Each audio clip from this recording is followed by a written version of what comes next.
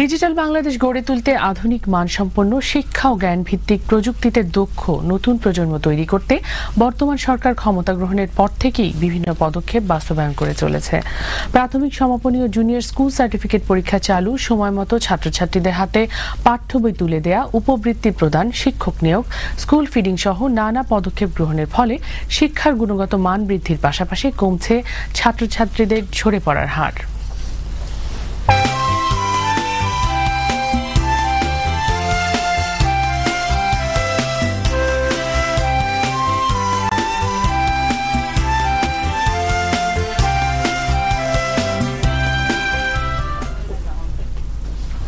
সরকারের 2 বছর পূর্তির প্রাক্কালে বিটিভির ধারাবাহিক প্রতিবেদনে আজ দেখুন মনির হোসেনের প্রতিবেদন।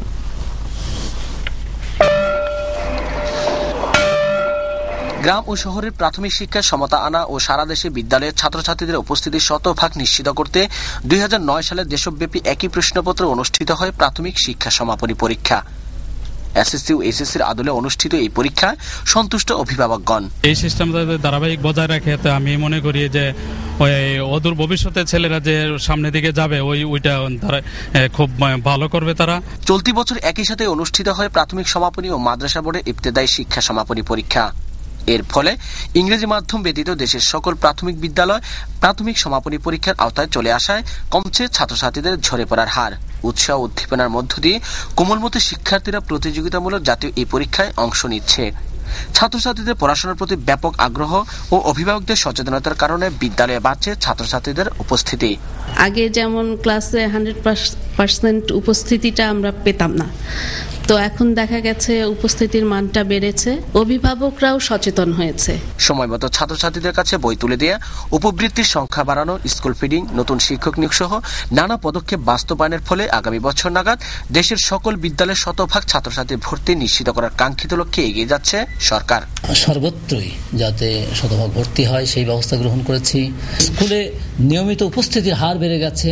ইতিমধ্যেই অনেক দূর অগ্রসর হয়েছি। আমাদের কোন জেলায় কোন উপজেলায় গত বছরেই শতভাগ তারা ভর্তি নিশ্চিত করতে পেরেছে।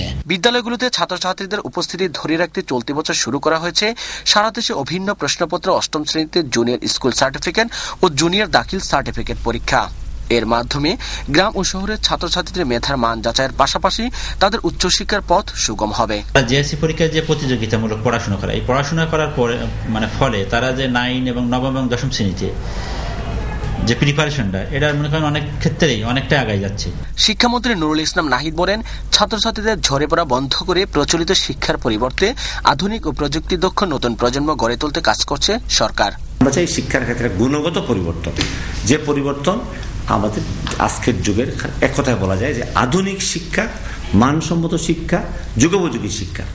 যে শিক্ষা অর্জন করতে পারলে আমাদের নতুন প্রজন্ম জ্ঞান, বিজ্ঞান, প্রযুক্তি আয়ত্ত করতে পারবে, তাহলেই দেশটাকে পরিবর্তন করবার সামর্থ্য অর্জন করবে বা দক্ষতা অর্জন করবে। জাতীয় শিক্ষানীতি প্রণয়ন, মাদ্রাসা শিক্ষার আধুনিকীকরণ, বেসরকারি বিশ্ববিদ্যালয় আইন পাস, অনলাইনে ভর্তি, শিক্ষক নিয়োগ, নতুন বিদ্যালয় স্থাপন সহ বাস্তবমুখী নানা পদক্ষেপ বাস্তবায়নের চেষ্টা অব্যাহত থাকলে ডিজিটাল বাংলাদেশ গঠনে বিশাল অবদান রাখবে শিক্ষা খাত।